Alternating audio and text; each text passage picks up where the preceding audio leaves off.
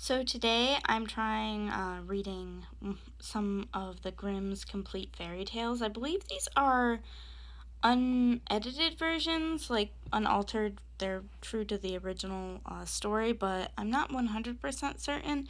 These are definitely creepier. So I'm going to start with Rapunzel. The reason I'm doing this, though, is because I've been auditioning for audiobooks.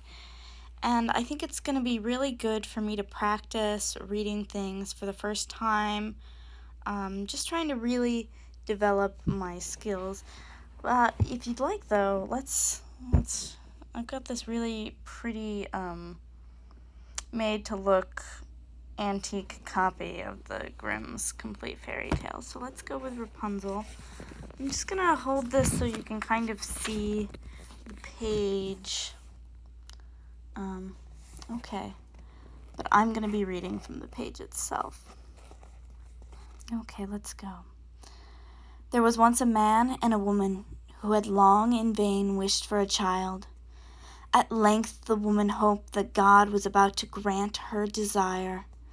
These people had a little window at the back of their house from which a splendid garden could be seen, which was full of the most beautiful flowers and herbs.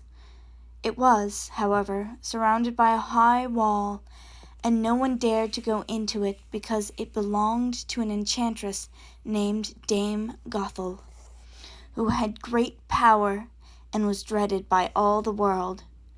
One day the woman was standing by this window and looking down into the garden when she saw a bed which was planted with the most beautiful rampion, Rapunzel. It looked so fresh and green that she longed for it and had the greatest desire to eat some. The desire increased every day, and as she knew that she could not get any of it, she quite pined away and looked pale and miserable. Then her husband was alarmed and asked, "What ails you, dear wife?" Pardon me, I'm going to get a little sip of water.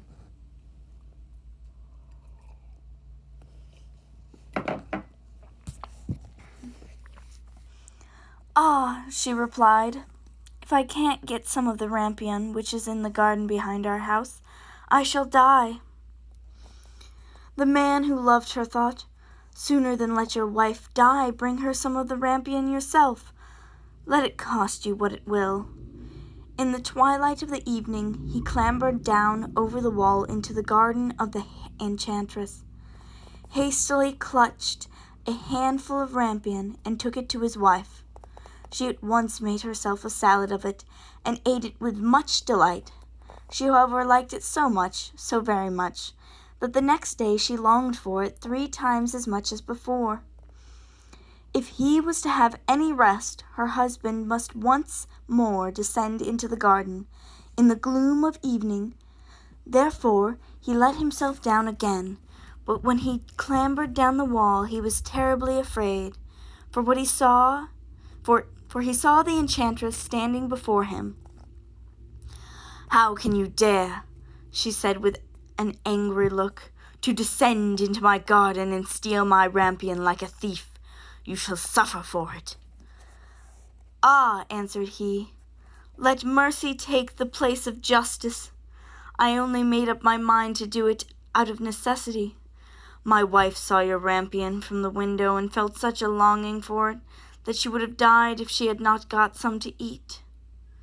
Then the enchantress allowed her anger to be softened, and said to him, "If the case be as you say, I will allow you to take away with you as much rampion as you will. Only I make one condition. You must give me the child which your wife will bring into the world. It shall be well treated, and I will take care of it, like a mother." The man in his terror consented to everything, and when the woman gave birth, the enchantress appeared at once, gave the child the name of Rapunzel, and took it away with her. Rapunzel grew into the most beautiful child beneath the sun. When she was 12 years old, the enchantress shut her into a tower, which lay in a forest and had neither stairs nor door, but quite at the top was a little window. When the enchantress wanted to go in, she placed herself beneath it and cried, "Rapunzel, Rapunzel, let down your hair to me." Rapunzel had magnificent long hair, fine as spun gold, and when she heard the voice of the enchantress, she unfastened her braided tresses, wound them round one of the hooks of the window above, and then the hair fell down 20 ells, and the enchantress climbed up by it. After a year or two, it came to pass that the king's son rode through the forest and went by the tower. Then he heard a song, which was so charming that he stood still and listened. This was Rapunzel, who in her solitude passed her time in letting her sweet voice resound. The king's son wanted to climb up to her, and looked for the door of the tower, but none was to be found. He rode home, but the singing had so deeply touched his heart that every day he went out into the forest and listened to it. Once, when he was thus standing behind a tree, he saw that an enchantress came there, and he heard how she cried, "Rapunzel, Rapunzel, let down your hair." Then Rapunzel let down the braids of her hair, and the enchantress climbed up to her. "If that is the ladder by which one mounts, I will at once try my fortune," said he, and the next day, when it began to grow dark, he went to the tower and cried, "Rapunzel, Rapunzel, let down your hair." Immediately the hair fell down, and the king's son climbed up. At first Rapunzel was terribly frightened when a man such as her eyes had never yet beheld came to her. But the king's son began to talk to her quite like a friend, and told her that his heart had been so stirred that it had let him have no rest, and he had been forced to see her. Then Rapunzel lost her fear, and when he asked her if she would take him for her husband, and she saw that he was young and handsome, she thought, "He will love me than old Dame Gothel," and thought, "He will love me more than old Dame Gothel does." And she said yes, and laid her hand in his. She said, "I will go willingly away with you, but I do not know how to get down. Bring with you a skein of silk every time that you come, and I will weave a ladder with it, and when that is ready I will descend, and you will take me on your horse." Oh my goodness.